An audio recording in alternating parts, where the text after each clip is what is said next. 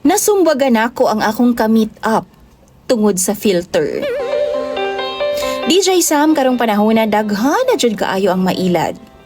Kana gani nga nanguyab kaniya kay paska man gyud niyang gwapaha sa social media. Pero ang ending, gwapa pa di ang kukak sa personal. Tawagan na lang ko sa pangalang Ken, DJ Sam. 21 years old ko og college student. DJ Sam, dili ko kagwapuhan pero dili pud ko pangit.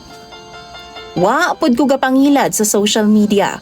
Kay kung unsa man jud ang akong hitsura sa personal, mao man sab na ang akong ginapost sa ako ang social media. Proud ko sa kung unsa man ang akong hitsura. Siguro mapahamis lang og gamay tungod sa cellphone pero dili jud layo kung unsa man jud ang akong tinuod nga hitsura sa personal. Nagagamit pod kog filter, klarohon ako na, pero katong dili pod layo sa akong hitsura.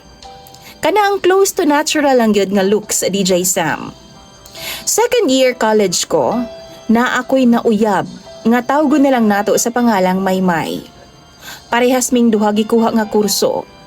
Nidagan og 8 ka buwan ang among relasyon na DJ Sam. Love kaayo ko ni Maymay, DJ Sam, o gani, nakatipid pa ko. Kay ginalibre man ko niyag foods sa iyang boarding house o ginaapilan pod ko niyag baon matag lunch namo. Basta makaingon ko nga okay jud si Maymay. Okay pod ang among relasyon. Hangtod nga nakita nako sa TikTok si Ara. Miagi siya sa akong FYP, DJ Sam. Gi-message nako siya, DJ Sam, og ni-reply pod siya. Nag-ila-ila ming duha og hangtod nga na-develop mi sa usag-usa. Guwapa man gud kaayo siya, DJ Sam. As in perfect na perfect jud. How'd pud siya mukiay sa mga TikTok videos niya, DJ Sam. Og dihang gipanguyaban nako siya. Gibasted ko niya kay lagi naaman daw ko'y uyab og sugton lang daw ko niya kung free nako. Yes, DJ Sam, naging honest ko sa iyaha. Og giistoryahan nako siya about sa ako ang girlfriend nga si Maymay. Sa ilang duha ni Maymay, DJ Sam, mas ma-excite ko nga kaistorya si Ara.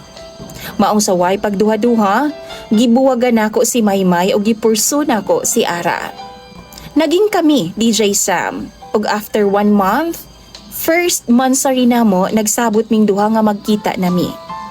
Pero wa ko niya gisipot, DJ Sam, kay lagi, busy daw siya sa iyang trabaho. Gisabot na ako siya, DJ Sam. Hangtod nga naabta na lang og 3 ka buwan, wa paghihapon mi magkita sa personal. Og last week lang, DJ Sam, nagkita na jud ming duha. Kabaw mo wa jud ko makaila kang Ara, DJ Sam. Layo ra jud kaayo siya sa personal. Sa social media, puti, hamis, tangos kaayo ang iyang ilong. Perfect na perfect kaayo. Pero pagkita namo sa personal, laksot kaayo siya, DJ Sam. Napay ngipon nga murag way pang toothbrush. Buhok nga murag way panudlay. DJ Sam, dili man jud ko manghinaway kung nagtarong lang siya sulti nako sa tinuod nga pagkasiya. Napungot jud ko, DJ Sam. Ni action pa siya halok o gakos sa akoa. Giisip nako nga layo ra jud kaayo si Ara sa hitsura ni Maymay. Dili kayo gwapa pud si Maymay sama nako pero presentable siya. Sa kalagot nako ug hunahuna nga nawala si Maymay nako tungod sa iyahang pagpangilad nako, DJ Sam. Napiktusan jud nako siya og natulak nako sa diyang giaksyonan ko niya kiss o gakos. Muaksyon ang takog biya niya, DJ Sam, pero namugos pa siya nga magstay ko.